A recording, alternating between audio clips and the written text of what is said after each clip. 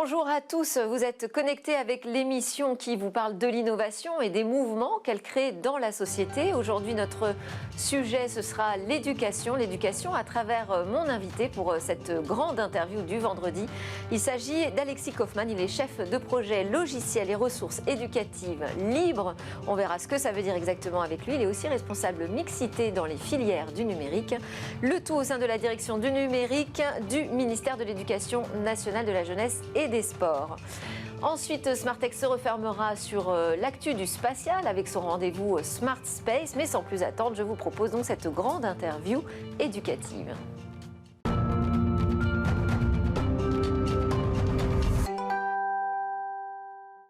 Avec mon invité aujourd'hui, on va parler de favoriser les logiciels et les ressources éducatives libres dans l'éducation. On verra de quoi il s'agit exactement et pourquoi ça peut constituer une petite révolution que l'on va observer donc au sein même du plus gros ministère français. Bonjour Alexis Kaufmann. Bonjour Delphine.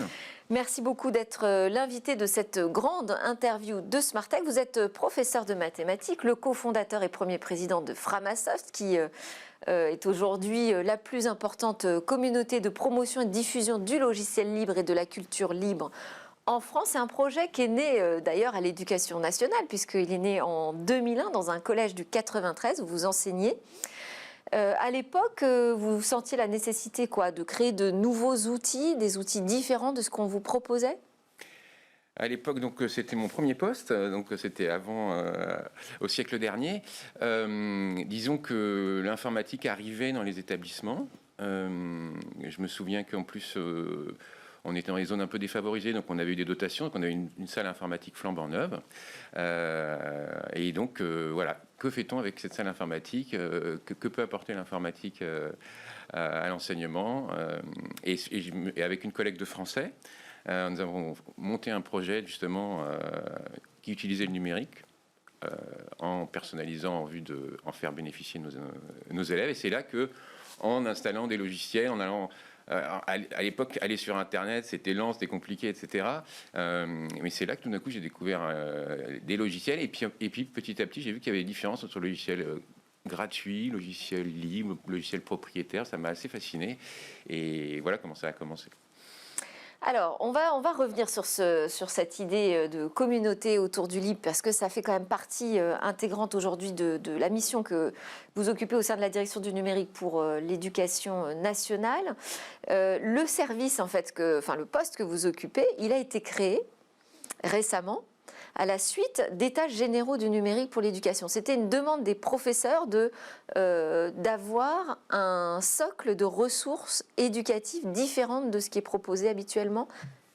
C'était une demande des professeurs de davantage favoriser l'utilisation des logiciels et ressources éducatives libres, puisque les états généraux du numérique, les EGN... Et pourquoi cette demande ? Une grande concertation. Alors, pourquoi cette demande ? D'abord,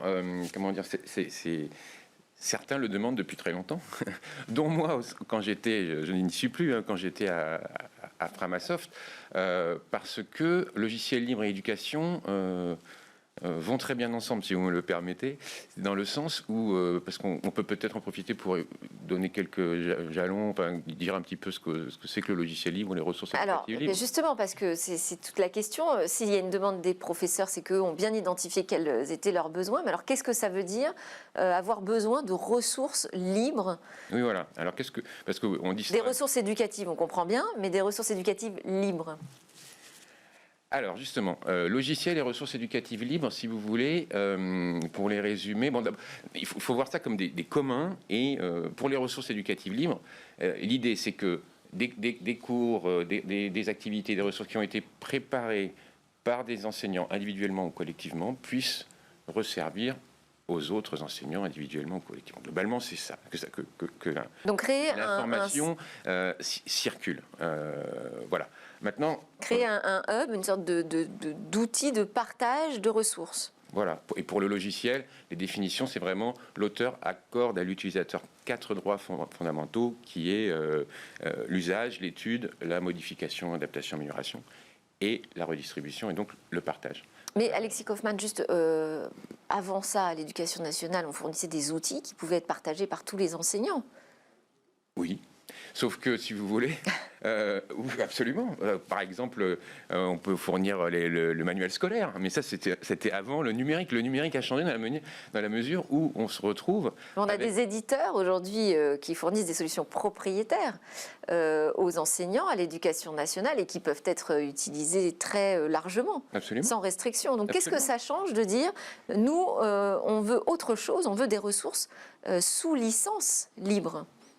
Ce que ça change, si vous voulez, c'est que qu'est-ce que c'est les droits d'usage, d'études, d'adaptation et de distribution, de partage, qui sont conférés aux utilisateurs d'un logiciel. Ces verbes-là, accès, utilisation, adaptation, amélioration et partage, ce sont des verbes qui parlent au quotidien aux enseignants. Les enseignants, ils commencent par, quoi qu'il arrive, ils partagent. Ils partagent leurs cours à leurs élèves.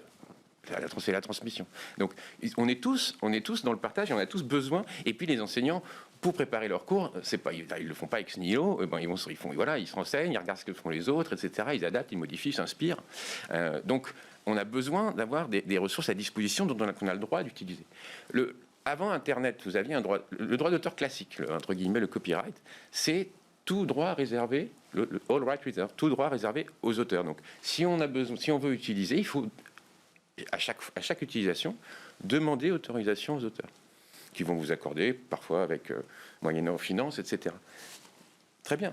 Sauf que dans l'éducation, qui est plutôt à but non lucratif, on ne va pas demander autorisation à chaque fois, à chaque usage, pour chaque utilisation. Donc il y avait des freins. Il y avait des freins qui étaient identifiés jusqu'ici. Ah ben oui, sur la partie ressources logicielles. Ben oui, les freins, c'est que si vous voulez, il y a une insécurité dans la mesure où vous ne savez pas, si jamais la ressource n'est pas sous une licence qui est justement ouverte et libre et qui autorise tout ça, vous ne savez pas trop quoi faire. Et par défaut, en fait, ce qui se passe, c'est que par défaut, si vous faites rien, la ressource, elle est tout droit réservée, justement. Par contre, si jamais vous voyez en bas un petit logo, souvent c'est Creative Commons, le CC, là, à ce moment-là, l'auteur vous accorde, là, du coup, c'est plus tout droit réservé, c'est certains droits réservés. C'est pas non plus le Far West et on peut en faire ce qu'on veut. C'est certains droits réservés. Il y a toujours il y a toujours la nécessité, par exemple, de créditer la paternité de l'œuvre, c'est-à-dire celui qui l'a, même si celui qui l'a créé l'offre gracieusement au partage, etc. Il faut le créditer, c'est la moindre des choses. Toujours est-il que voilà, avec les licences Creative Commons, apposées à une ressource, vous savez que vous avez tel ou tel droit.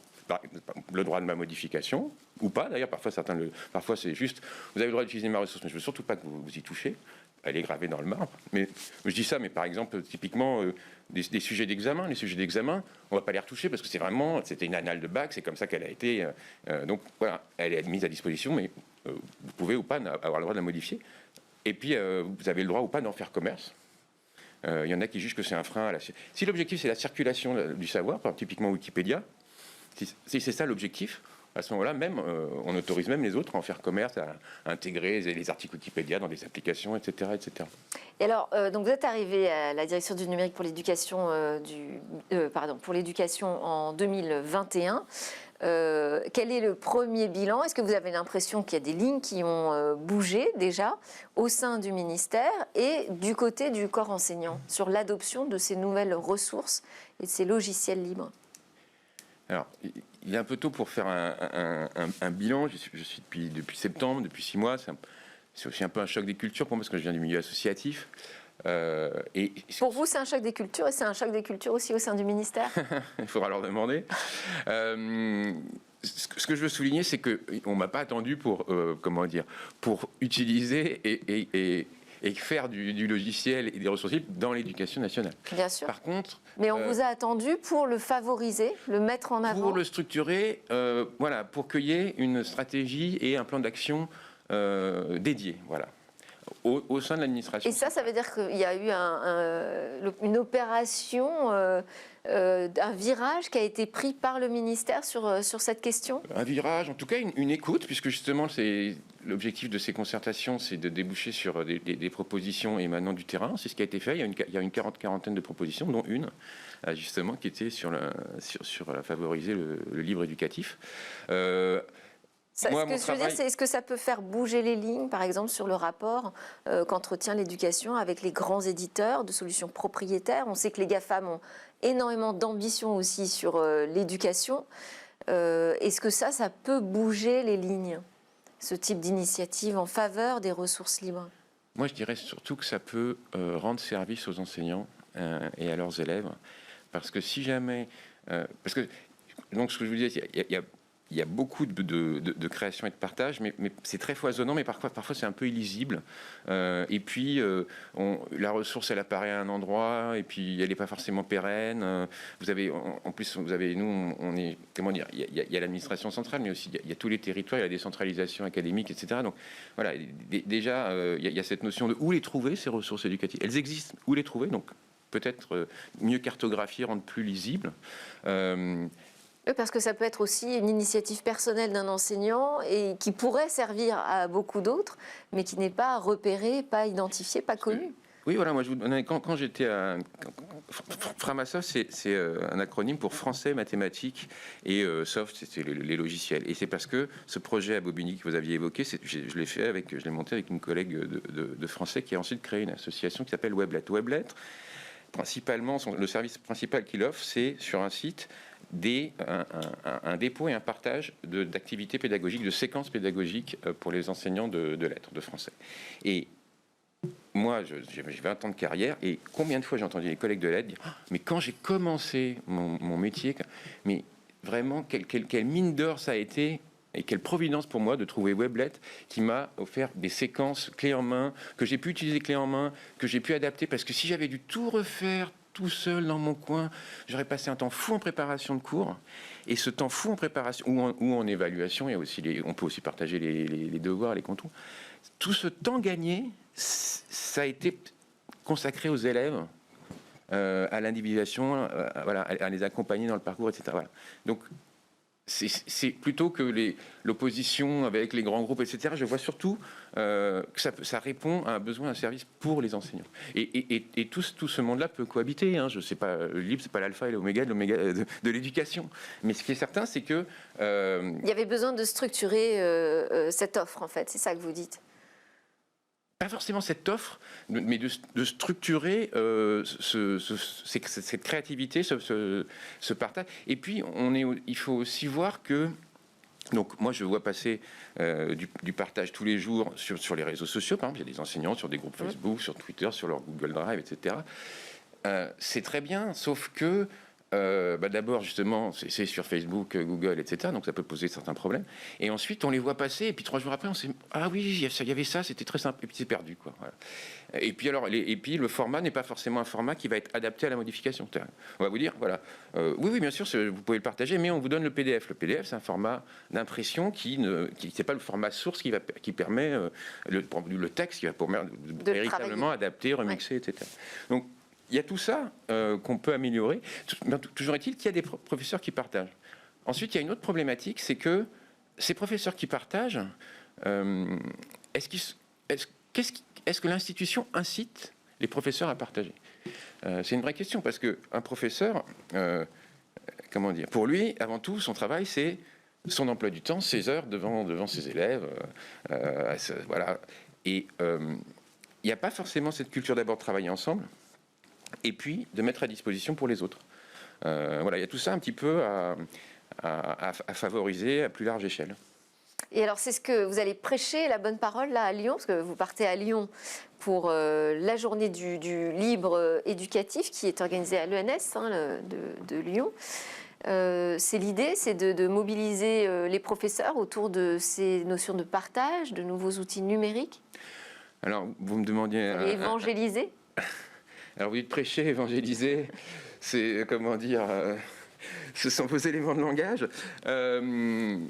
Moi, je préfère vraiment dire que on est au service, si vous voulez. Alors, vous me demandiez un bilan. C'est vrai que cette première journée du libre éducatif à l'ENS de Lyon, c'est quand même un premier jalon, c'est une première réalisation concrète. Alors, je ne suis absolument pas tout seul, c'est co-organisé, c'est à l'initiative de la région Auvergne-Rhône-Alpes, et c'est co-organisé entre ce qu'on appelle la DAN de Lyon, la délégation académique numérique éducatif à Lyon, et nous à la DNE. Mais l'idée, c'est que sur une journée, on fait un événement en même temps pour acculturer sur cette question, parce qu'il ne faut pas croire, vous avez vu, moi je ne suis pas juriste, mais il y a des questions assez fines sur la propriété intellectuelle, etc. On ne comprend pas toujours libre, gratuit. Moi, vous ne m'avez pas embêté avec libre, gratuit, mais souvent c'est le cas. Non, parce qu'on connaît un peu le sujet dans Smart Tech, mais oui. Donc voilà, ce que je veux dire, c'est que déjà, c'est assez fin, et en plus, je vous dis, c'est un geste volontaire de rendre une ressource éducative, une ressource libre, de mettre une licence. Donc tout ça, ça se sensibilise. Il y a une initiation, il y a de la formation. Donc il y a des professeurs, des formateurs, des référents numériques du bassin lyonnais qui vont venir justement parce qu'ils s'intéressent de près ou de loin sur ces questions. Ils vont affiner leur connaissance. Et puis, et ça a été une de mes missions, c'est on fait venir aussi des autres académies des porteurs de projets libres, notamment des enseignants qui individuellement, mais collectivement, parfois en association, qui font des choses extraordinaires dans les territoires. Nous sommes 800 000 enseignants dans l'éducation. Il y a des talents absolument incroyables. Alors, je ne dis pas qu'ils ont toujours été isolés, etc., mais toujours est-il qu'ils mériteraient d'être davantage soutenus, accompagnés, repérés, valorisés. Ce qui me fait dire que l'idée, c'est peut-être de créer une sorte de Framasoft pour l'éducation. Non, mais en tout cas, je le dirais pas comme ça, mais en tout cas se rapprocher, que les deux mondes puissent se rapprocher. Oui, en tout cas, quand j'étais à Framasoft, c'est vrai que j'ai été reçu au ministère de l'Éducation en tant que président de Framasoft, et on disait c'est très intéressant, mais je caricature, hein, mais on vous écrira, quoi. En gros, c'est un peu ça. Et on nous a jamais écrit véritablement. Mais c'est vrai que les mentalités ont évolué. Oui, parce qu'on a fini par vous recruter. Voilà. Et avec le libre qui est effectivement dans mon long titre que vous avez évoqué en début d'émission, mais qui est quelque part déjà quelque chose, voilà, une avancée. En tout cas, c'est pour ça que j'ai accepté aussi d'aller dans ce grand ministère. Alors vous allez dire que c'est une obsession, mais je vais vous relancer encore sur les géants du numérique. Aujourd'hui, comment vous voyez leur influence et est-ce qu'on a des alternatives ? Alors justement, à cette journée aujourd'hui, à Lyon, nous allons présenter certains projets à base d'alternatives, à base de briques open source ou notamment notre outil de visioconférence. Ce n'est pas Zoom pour ne pas le citer, ou Microsoft Teams. Voilà. C'est une instance d'un logiciel libre qui s'appelle Big Blue Button, que non seulement on l'utilise, mais en plus, après étude des besoins, etc., retour d'expérience, retour utilisateur, on a identifié certaines fonctionnalités qu'on souhaiterait soit améliorer, soit carrément créer, et on va les financer. C'est-à-dire que non seulement et ça c'est très intéressant, et c'est pour ça que je suis ravi d'être au ministère à ce moment-là, c'est qu'on a un État qui incite à utiliser du logiciel libre, mais qui est également contributeur. On a un ministère qui est contributeur. Qui finance. Et voilà, qui finance des fonctionnalités, du développement, et qui nous sert à nous, parce que ça correspond à des besoins. Mais une fois que c'est reversé dans le code, comme c'est open source, ça va servir à toute la communauté du logiciel, donc au monde entier. C'est une belle idée. Vous êtes d'accord pour qu'on termine ce grand entretien par des questions un peu plus personnelles ? C'est l'interview express. Vous le voulez. Je vais vous interroger, Alexis Kaufmann, déjà, sur vos rêves. Oula. Et en plus, vous ne m'avez pas prévenu. Mes rêves professionnels ou personnels ? Comme vous voulez. On va rester professionnel. On va rester sur les rêves professionnels. Moi, je suis venu pour ça. Écoutez, c'est vrai. Moi, j'aimerais bien que... alors, d'abord modeste, parce que si on dit qu'il s'agit de rêver grand, mais c'est vrai que aujourd'hui, par rapport aux GAFAM, on souhaite véritablement s'en affranchir, être souverain, responsable, éthique, mais on a pris du retard. et qu'on n'a pas à offrir demain quelque chose d'aussi efficace, intégré que la Microsoft, oui c'est ça, ou Google, ou Classroom, Google Workspace Education. Voilà. Moi j'aimerais bien. Alors, il ne s'agit pas non plus de les copier, parce qu'il faut aussi trouver notre propre chemin d'innovation et qui nous soit... Parce que ce qui est aussi particulier avec les Google et Microsoft, c'est qu'ils proposent la suite pour l'école qui est quasiment la même que celle qu'ils proposent pour les entreprises, à quelques petites nuances près. Donc, il y a un espèce de continuum éducation-entreprise qui est bon.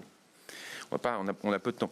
Mais en tout cas, voilà, proposer quelque chose, être capable d'avoir des alternatives. Pour l'instant, on essaie de les construire, on y va, hein, ça prend du temps parce qu'en fait, on a pris un peu de retard, peut-être beaucoup de retard même. Et voilà, donc être capable. Et alors évidemment, c'est pas à l'échelle du petit entre guillemets ministère de l'Éducation nationale français. C'est vraiment à l'échelle de tous les ministères et à l'échelle européenne, très clairement. Quelle sera, selon vous, la prochaine révolution dans l'éducation ? Il est possible que le bâti, c'est-à-dire les espaces suite à la crise sanitaire, voilà. Là, pour l'instant, aujourd'hui, on est encore, ça reste la même structure qu'avant l'Internet, hein, c'est-à-dire vraiment, vous faites 1 heure, une classe, une discipline, toujours, c'est les mêmes élèves. Voilà. Peut-être qu'avec le numérique, avec l'intelligence artificielle, peut-être qu'on peut obtenir quelque chose de beaucoup plus souple, ne pas forcément faire 8 heures par jour pour les pauvres élèves comme ça, et à écouter. Il faut voir, on parle beaucoup des problèmes d'attention. Il faut voir maintenant, parfois c'est 8 heures par jour, avec des professeurs qui succèdent, des connaissances, assis à une table à écouter. Donc voilà, peut-être plus de souplesse pour plus d'efficacité. Et aussi, pas forcément, il n'y a pas que le critère d'efficacité, aussi une meilleure sociabilité aussi au sein de l'établissement. Merci beaucoup Alexis Kaufmann. Je rappelle donc vous êtes chef de projet logiciel ressources éducatives libres et mixité également. On aurait pu faire toute une émission sur le sujet ensemble. Mixité dans les filières du numérique, à la direction du numérique à l'éducation nationale. Merci à tous de nous avoir suivis. À suivre, c'est l'actu du spatial avec Smart Space. Et puis nous, on se retrouve lundi pour de nouvelles discussions sur la tech. Excellent week-end en attendant. Bonjour à tous et bienvenue dans Smart Space. Aujourd'hui, on vous propose un débrief de l'actualité spatiale comme tous les mois sur Bismart. Une actualité évidemment marquée par le conflit en Ukraine qui a des conséquences sur le secteur spatial et ses acteurs. Mais on ne va pas parler que de ça, on va aussi parler de la fusée SLS, de la NASA, de Starship, de SpaceX. Les deux mastodontes destinés aux missions lunaires et martiennes sont au cœur de tous les regards ce mois-ci. Mais d'autres sujets nous attendent aussi dans cette émission. ExoMars, Leonardo, OneWeb, bref, un vaste programme qu'on va essayer de traiter en entier avec nos invités en plateau. Alors avec moi, j'ai Maxime Puteaux, conseiller espace et industrie chez Euroconsult. Bonjour. Bonjour. Et puis à vos côtés, Christelle Astorg-Lépine est de retour aussi sur le plateau de Smart Space, responsable du programme Blast chez Starburst, qui d'ailleurs est en train de recruter ces nouvelles recrues en ce moment même. Alors on démarre cette émission dans l'ISS avec une image de paix au cœur de ce conflit. Je vous donne le contexte. Le commandant actuel de l'ISS, le cosmonaute russe Anton Shkaplerov, j'espère que je n'écorche pas trop son nom, a remis la clé de la station spatiale internationale à son collègue américain, Thomas Marshburn, qui prend donc le commandement. Et c'était l'occasion de faire passer un petit message de paix. Écoutez. People have problem on Earth, on orbit. We are like, we are one crew, and I think ISS is like symbol of the friendship and cooperations and and like symbol of future of exploration of space. Donc on se rend compte qu'en fait ça se passe bien dans l'ISS. Je crois que rarement le retour d'un astronaute américain n'a jamais été autant scruté, Ouais. Puisqu'il est rentré via les Russes. Et mine de rien, en orbite, ça a l'air d'être la coopération continue. Force est de constater que les Russes et les Américains ont besoin les uns des autres. Et Vous faites référence au retour donc, de cet astronaute qui a passé 355 jours en fait, dans l'espace et qui est rentré avec les Russes, avec un vaisseau Mark russe. Van der Hey. Voilà, c'est ça. Ouais. Et donc, c'est là qu'on se rend compte que finalement, c'est toujours un lieu de neutralité, l'ISS. C'est toujours et presque encore plus. Ouais. Enfin, on sent qu'ils font beaucoup d'efforts justement pour passer ce message-là de professionnalisme, de neutralité. Ouais. Finalement, voilà, de continuer leur travail habituel. Et c'est pour ça que même, finalement, cette tenue-là, jaune qu'ont arboré les 3 cosmonautes russes au moment donc, de leur entrée dans la station, On les voit à l'image. a été tout de suite, finalement, apaisée parce que, finalement, nous, on avait envie de croire que c'était un message, effectivement, presque pro-ukrainien, ce qui aurait été, finalement, pas si bon que ça pour, effectivement, préserver cet équilibre. Et donc, on a un peu tout entendu. Ouais. Voilà, c'est l'université de Mumbai, c'est l'université de... c'était voilà, dans les cartons, il y avait du jeune. Mais voilà, donc on ne sait pas exactement si c'était un message ou pas. Mais tout de suite, effectivement, ils ont cherché plutôt à apaiser. Et le message, contrairement, effectivement, au message de Vladimir Rogozin, qui est effectivement... Ouais, on va y revenir. C'est rageur. Il n'y a pas finalement de lien de cause à effet. Mais c'est vrai que cette image, elle a fait beaucoup parler. On a dit, ah là là, les astronautes russes qui arrivent dans l'ISS veulent montrer que finalement, ils sont pro-Ukraine, ce qui voudrait dire contre leur gouvernement et même contre leurs agences, on va y venir. Mais ça, c'était possible parce que alors là, on peut donner peut-être la solution. Ce seraient les couleurs de l'université commune des 3 cosmonautes. Voilà, c'est ça. Et d'autant plus que les cosmonautes russes sont en fait des militaires de carrière, donc ça aurait été d'autant plus surprenant pour eux d'avoir un message politique. Ça devrait arriver. Et c'est déjà arrivé qu'on ait un message politique dans l'ISS ? C'est arrivé lors des événements de Crimée, où effectivement les cosmonautes russes ont soutenu finalement le gouvernement russe, et ils se sont fait en fait finalement taper sur les doigts parce qu'ils n'avaient pas à le faire. Et donc là depuis effectivement les consignes sont très claires, on ne parle pas politique dans la station spatiale. De toute façon, c'était pas envisageable de changer comme ça les tenues au dernier moment et d'accepter... C'est très codifié, c'est très...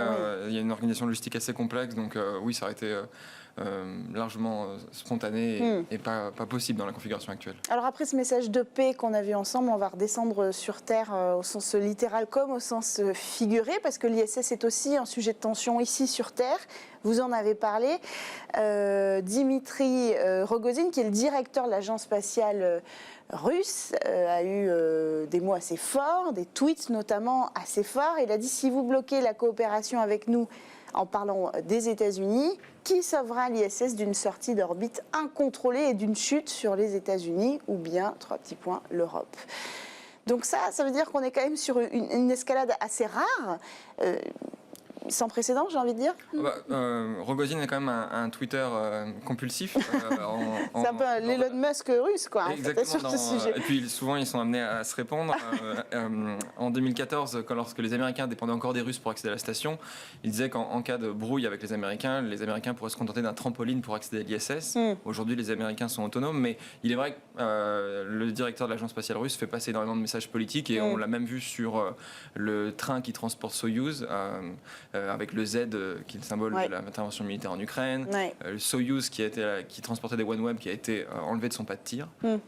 Tout est politique spatial. Alors il faut rappeler quand même que l'agence Roscosmos, à la différence de l'ESA, du CNES ou même de la NASA, si je ne dis pas de bêtises, est une agence qui est rattachée militairement aussi à l'État. Là, cette double fonction militaire. Donc ça, c'est un modèle qui n'existe pas vraiment ailleurs. Enfin, en l'occurrence, le CNES a 2 tutelles. Il y a une tutelle militaire et il a également une tutelle du ministère. Donc c'est pas si différent du modèle russe ? Je pense que le prorata est peut-être un petit peu différent, parce qu'effectivement les lignes militaires, en tous les cas dans les budgets français, sont finalement assez faibles par rapport à l'ensemble des budgets spatiaux. Mais donc non, c'est cette jointure en fait de 2 programmes comme ça, militaires et spatiaux, c'est finalement ça peut exister bien évidemment. Pas l'ESA, l'ESA est effectivement uniquement spatiale, l'agence spatiale. La vraie différence pour Roscosmos, c'est que c'est une entreprise d'État. Avant, c'était une agence spatiale. Aujourd'hui, c'est une entreprise d'État qui, en fait, regroupe toutes les entreprises du spatial russe. Et pour ceux qui ont un petit peu de connaissances historiques, ça ressemble finalement au modèle d'aérospatial il y a quelques années, lorsque l'État était actionnaire majoritaire. Alors, est-ce que cette situation demain entre la Russie et les États-Unis, pour reprendre un petit peu cette dualité qu'a mis en avant le directeur de l'agence russe, elle peut acter un divorce qui entraînerait une fin de l'exploitation de l'ISS pour garder un regard vers la Station spatiale internationale? Est-ce que ça va accélérer les choses sur ce sujet-là? C'est possible. De mon point de vue, c'est possible. Parce qu'effectivement, on verra ce que Maxime en pense, mais en tous les cas, je pense que déjà, avant même les événements en Ukraine, la Russie avait fait savoir qu'elle n'était pas forcément intéressée à continuer sur la station après 2024.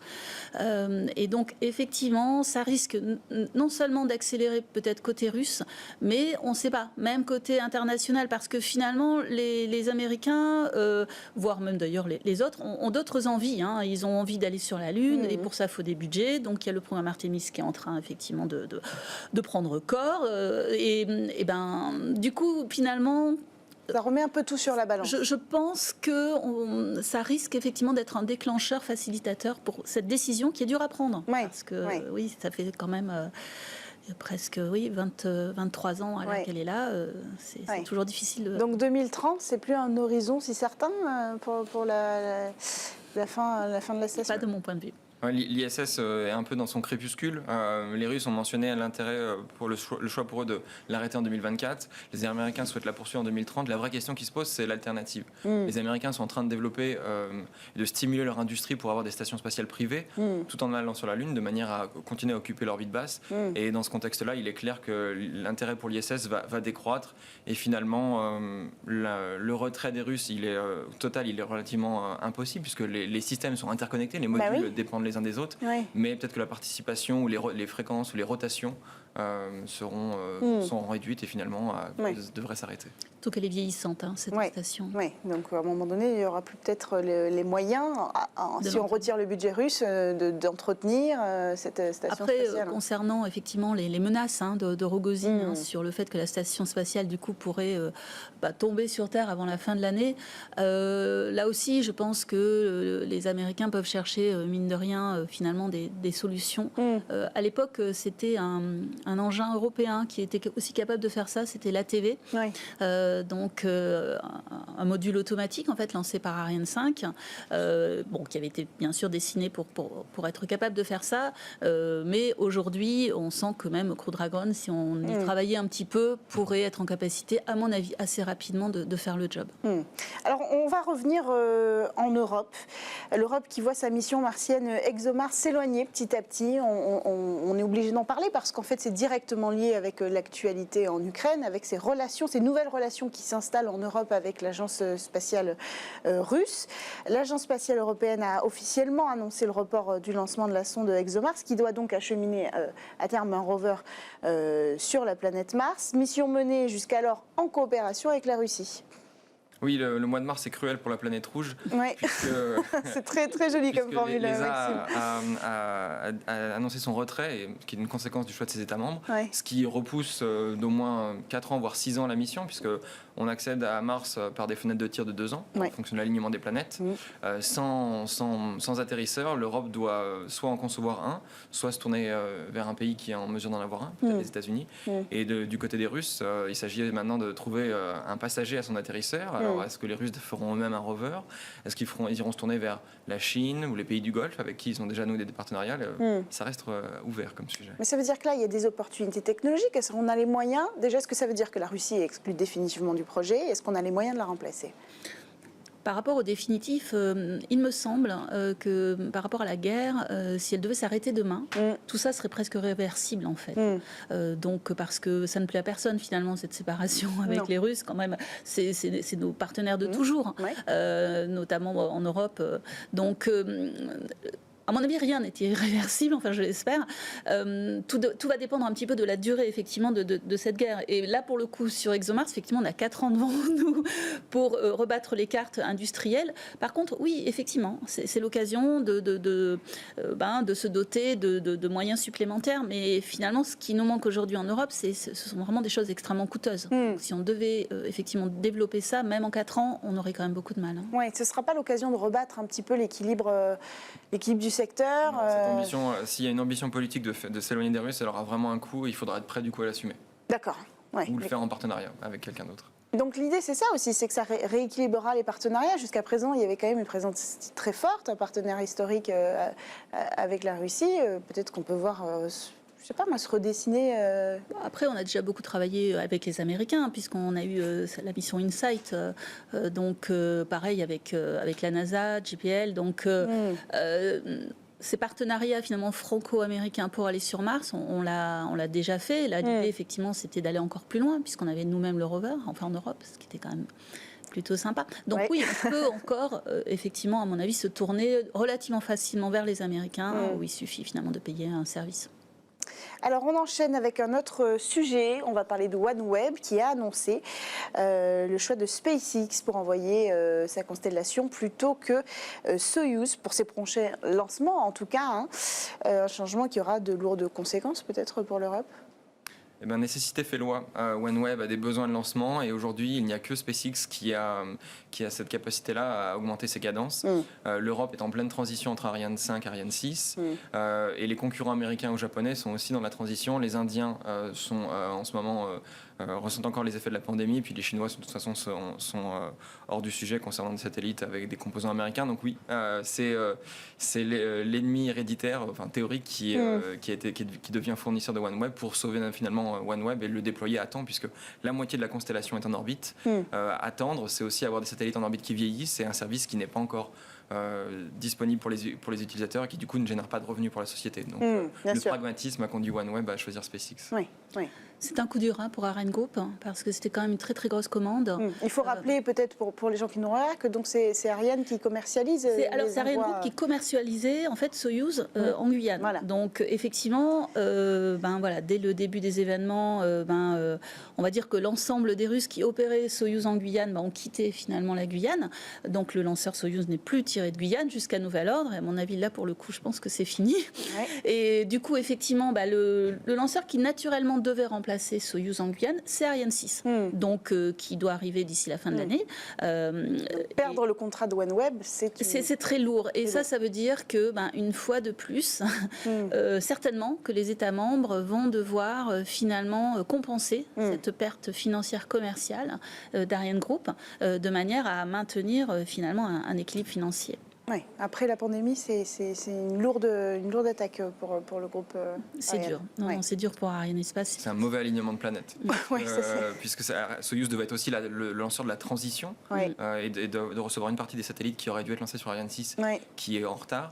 Et finalement, cette solution de secours n'est plus disponible. Donc je dirais autant Arianespace est sans doute probablement très peiné par l'indisponibilité de Soyuz, autant Ariane Group voyait dans Soyuz un concurrent un peu moins cher à Ariane 6 et finalement le contrat Soyuz qui devait être renouvelé en 2023 avec l'Agence spatiale européenne et la Russie là du coup semble être dans les limbes et finalement c'est un concurrent de moins pour Ariane 6 mais ça rajoute du coup de la pression sur ça rajoute de la pression Ariane 6 qui va faire son premier tir au banc normalement avant l'été on espère de son étage supérieur et c'est des événements techniques qui sont importants, qui prennent du temps à qualifier. Donc ça peut aussi engendrer des retards. C'est pour ça que ces dates-là sont jamais sûres à 100%. On poursuit, on passe outre-Atlantique, si vous le voulez bien. On va aller voir les lanceurs et le gigantisme de ces nouveaux lanceurs. La fusée SLS qui est sortie de l'ombre d'abord, un colosse de plus de 100 mètres de haut, 130 tonnes de charge utile. En comparaison, Ariane 5, c'est 20 tonnes, pour remettre un petit peu la mesure de tous ces lanceurs.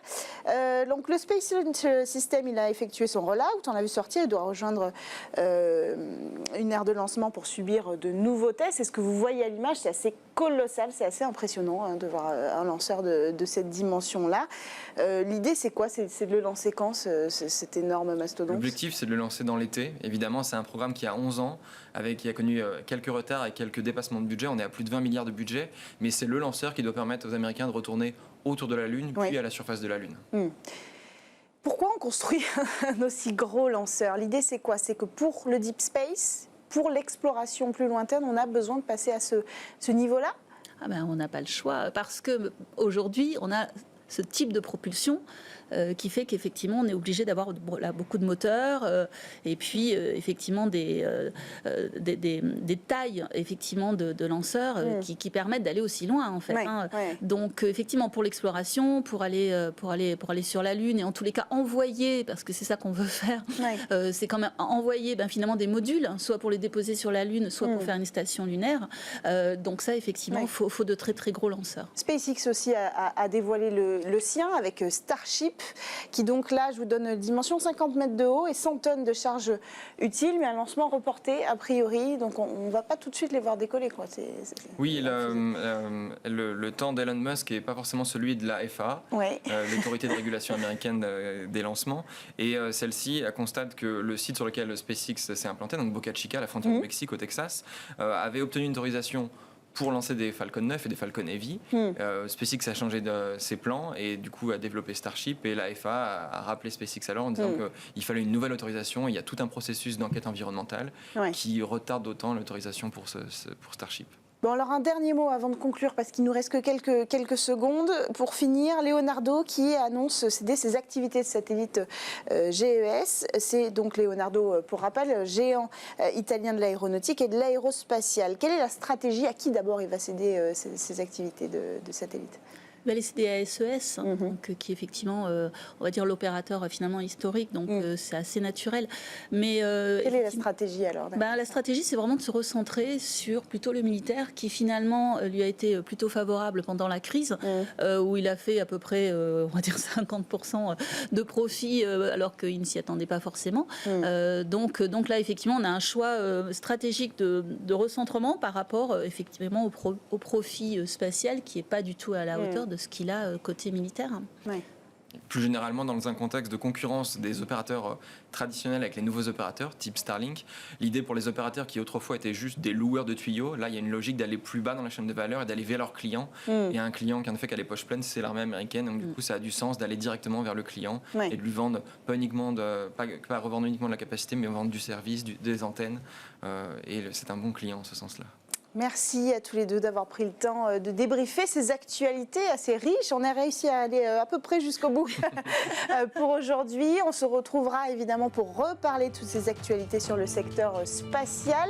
Alors je rappelle quand même, Maxime Puteaux, que vous êtes conseiller espace et industrie chez Euroconsult, et vous, Christelle Astorg-Lépine, responsable du programme Blast chez Starburst, qui donc est en train de recruter ces nouvelles pépites pour encore un mois, c'est ça? Exactement. Bon.